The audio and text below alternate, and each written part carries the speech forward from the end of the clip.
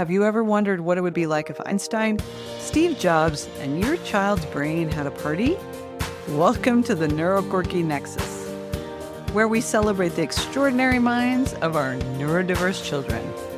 Welcome to you amazing parents and caregivers to this podcast. Here we are going to navigate the colorful world of neurodiversity, and we're going to explore holistic, out-of-the-box solutions for children and teens with ADHD, stress, anxiety, and other neuroquirks. Each week we'll dive into practical, brain-based techniques and quirky strategies to help your child thrive. I'm Laurie Bloyer, a former veteran teacher turned holistic neurogrowth, learning, and life success coach. As a parent of a neurodiverse child myself, I've spent the last 20 years researching, experimenting, and developing unconventional approaches to support these unique minds. I myself have ADHD diagnosed later in life, and thank goodness, now I understand some of my neuroquirks, and I am going to give you, from my years of teaching in the classroom, my son and myself, several tips, tricks, strategies to help you and your child thrive and create peace at home and joy in your life. So, are you ready? Let's get quirky.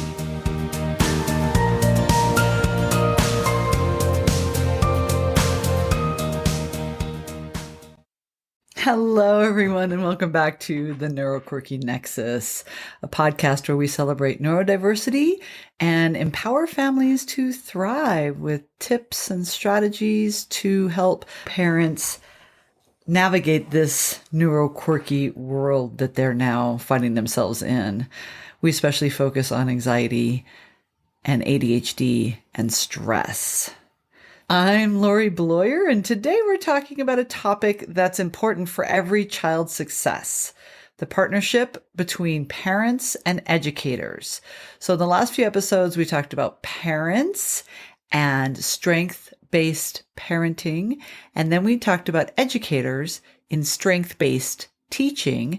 And now I want to combine the two, because a huge part of your child's success lies in the ability to work with teachers and teachers to work with parents. So let's be real, though. Raising neurodiverse kids takes a village. And when parents and teachers team up effectively, the results can be transformative, right? So we're so happy to help our kids, and we do have to work as a team. I also want to just stop and pause and say thank you to everyone. We have reached 100 downloads of this podcast in such a short time. So I really hope that I am helping those of you that are listening. I would love to hear back more from you about other episodes that you would like to listen to and other topics that you might want us to cover. And we're gearing up for a workshop coming up. My date I'm anticipating is January 25th. So we're going to do a live workshop, and we're gearing up for that. But I really want to reach out and do a live workshop in addition to my Q&As on Monday. The working title I have is the ADHD Parent's Secret Weapon: One Simple Tool for Lasting Change to Stop the Feeling Like You're Failing. Something along those lines. So I really want to give you guys one special tool. And if you've been a listener of mine, you probably know what it is. But I want to work with you on this special tool to really create lasting change and stop feeling the chaos, the overwhelm, or feeling like you're failing your child. So I hope you will keep listening for that specific date and time and format. It will be online, and I'm aiming for January 25th. It's a Saturday, maybe Saturday morning, and maybe I'll do a Saturday evening just in case. I just want to help as many people as I can. So keep your ears out for that. All right, so go ahead, and if you're in the car, don't grab a coffee, but if you're at home, grab a coffee, grab your notebook, maybe your walking shoes if you're going to be tuning in on the go, because this episode, I'm hoping to pack it with insights and practical tools to help you build strong collaborative relationship with your child's school. And at the end, I've really got a great freebie for you that I don't want you to miss. So stick around and I'll give you my freebie. All right. Why parent-educator collaboration matters. Let's kick things off by talking about why this partnership is so crucial. Here's the thing. Parents see their child's world at home, while educators see their child's world at school. When these two perspectives come together, they create a full picture of the child, one that helps everyone understand their strengths, challenges, and how to support them best, because that's what we all want, right? Think of it as a relay race, right? One of the parent hands off the baton of insight, and the teacher runs with it in the classroom. But what happens when the handoff doesn't go smoothly? Miscommunication, unmet needs, and honestly, a child who feels caught in the middle. I've seen amazing transformations when parents and teachers build collaborative, strength-based relationships, when they focus on the strengths of the child and have that be the center of attention. Not only does it boost the child's confidence, but it also creates an environment where they feel truly understood. And that is the magic we're aiming for in the collaboration. So what are some practical strategies for building this partnership? How do we actually make this work in real life, right? Talking about it sounds great. But as a former teacher, now as a learning and life success coach, I really want to make this practical for you. Here's a few steps to help you bridge that gap. So we want to start with strengths. When you sit down with teachers, when you sit down with parents, begin by celebrating what your child is doing or what the child is doing really well. This could be their creativity, perseverance, or even their ability to connect with others. So, for example, a parent might say to the teacher, I've noticed that my child has a unique ability to think outside the box and come up with creative solutions. Have you seen that in the classroom?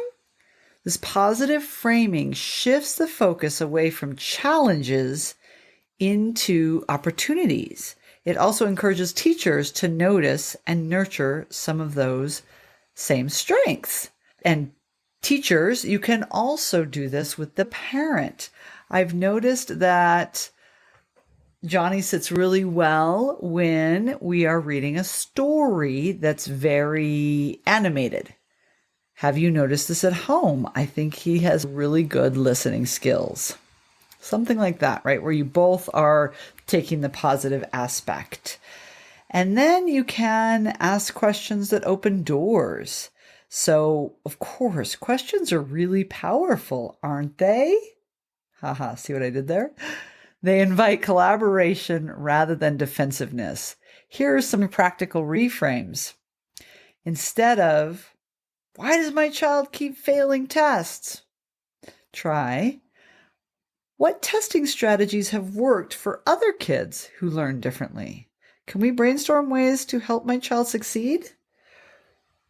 So those are some really good ones. Or as a teacher, you might say, I've noticed that Johnny's always hungry when he comes in. Aren't you feeding him breakfast?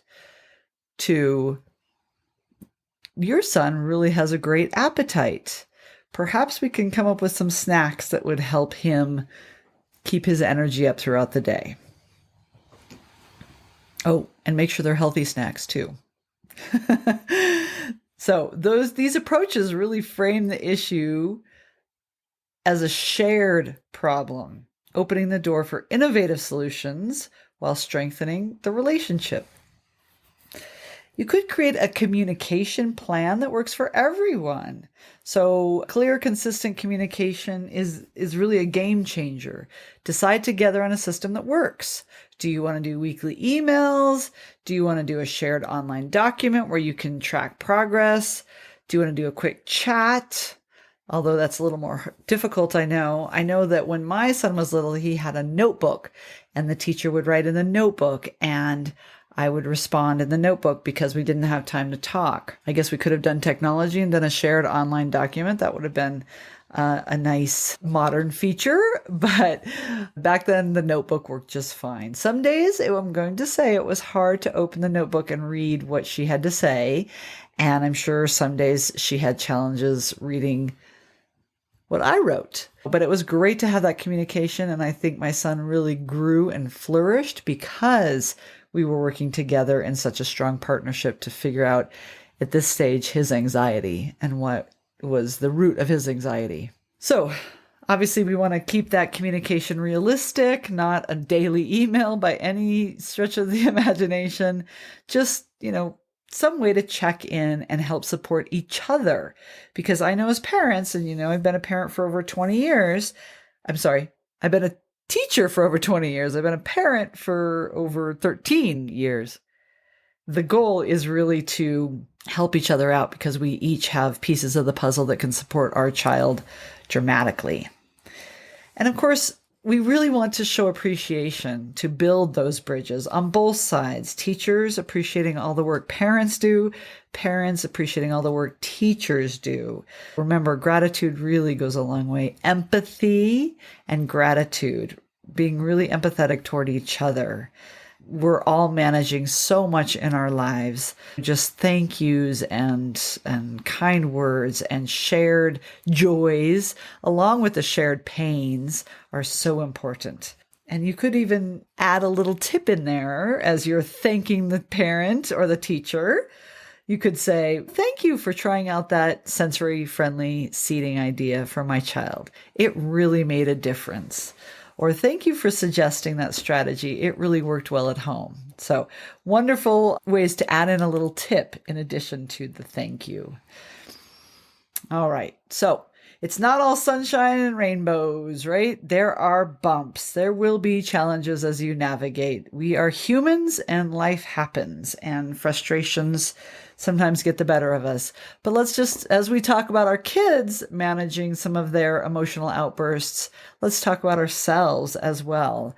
So really make sure that you pause before reacting, teachers and parents.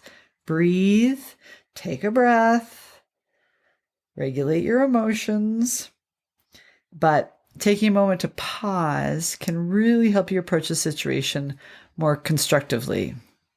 And then you might want to write down your frustrations or concerns ahead of time before just blurting them out or throwing them in that shared document. Write them down ahead of time and get clarity through your writing. And ask yourself, what's the core issue you really want to address? And is what you want to say really important, or is it just part of a difficult day?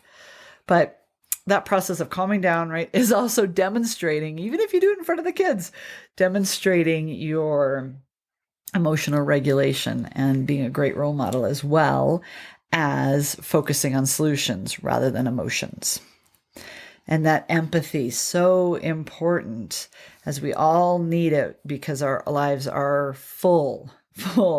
Instead of thinking, oh, they don't care or they're not doing a good job, just try to remind yourself that they're really probably overwhelmed or don't know what to do, or it's been a challenging day. So if you think about it from both perspectives, that would super help. And open the conversation with statements like, I know you're doing your best, and I really appreciate that. I love to work together to find a solution for Johnny's running around the classroom. Or I really would like your feedback to help me find a way to get Johnny to sit at the kitchen table for dinner, or to do the homework that you've given. Do you have suggestions? And really try to think of those solutions. It's easy to dwell on what's not working, right? But we're here for the child. We're here for solutions. We're here for Johnny to get the best support he can. So try to shift the focus from what's not working to what's working. So if a teacher might say, for example, Johnny's disruptive in class, respond with, well, what strategies have you tried to help other students stay engaged? Or what strategies have you tried to help Johnny stay engaged?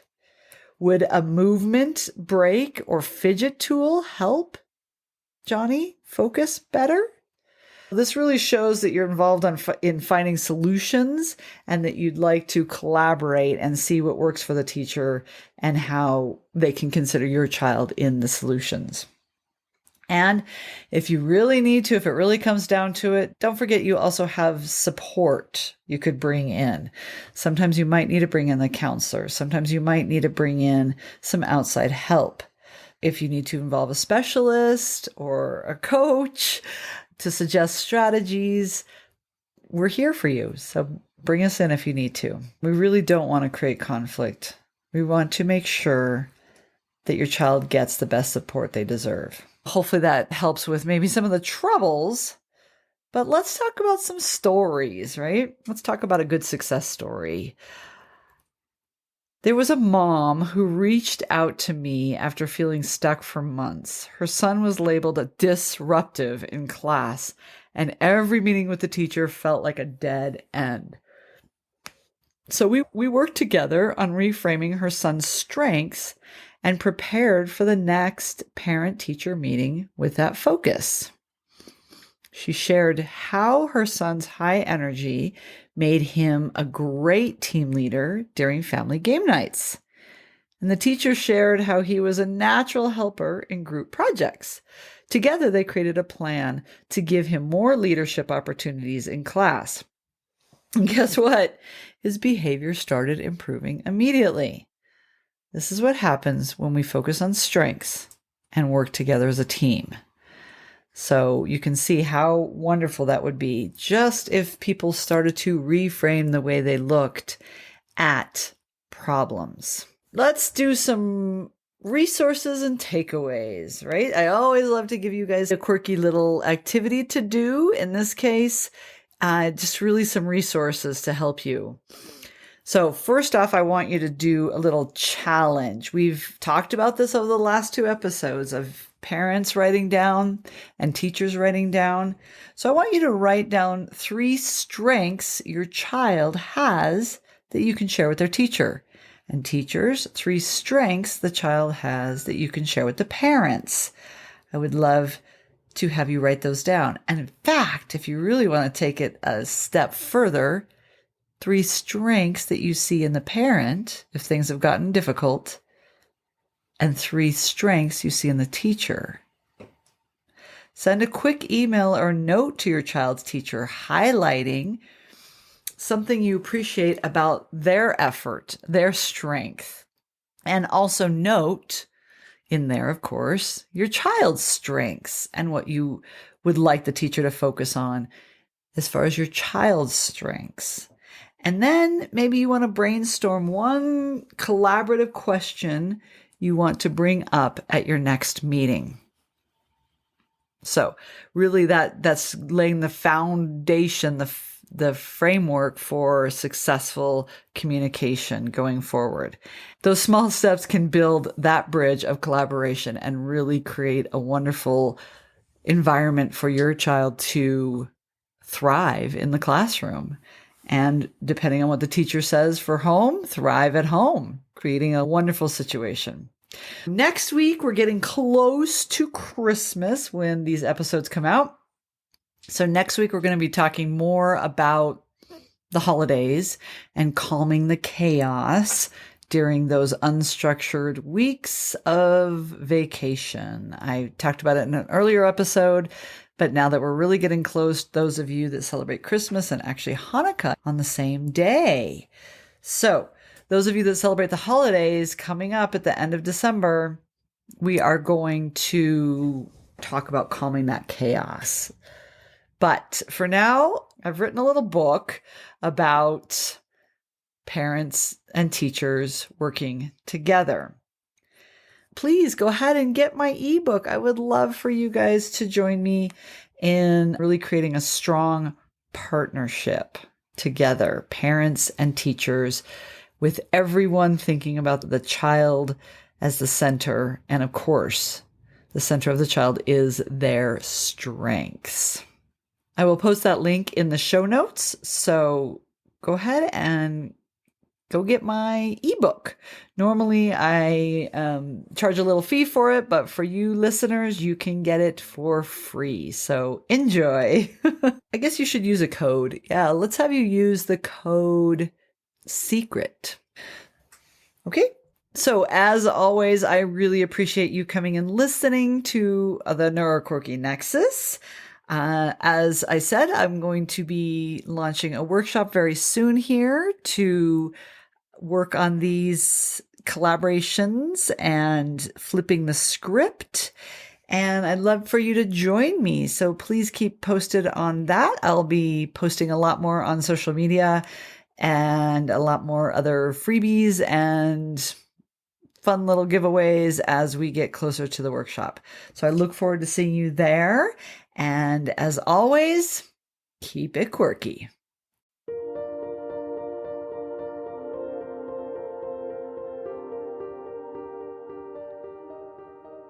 Thank you for listening to Quirky Nexus. We are so glad you took the time to join us today. I know time is precious, and we are so glad you're here. I hope you got a lot out of this episode.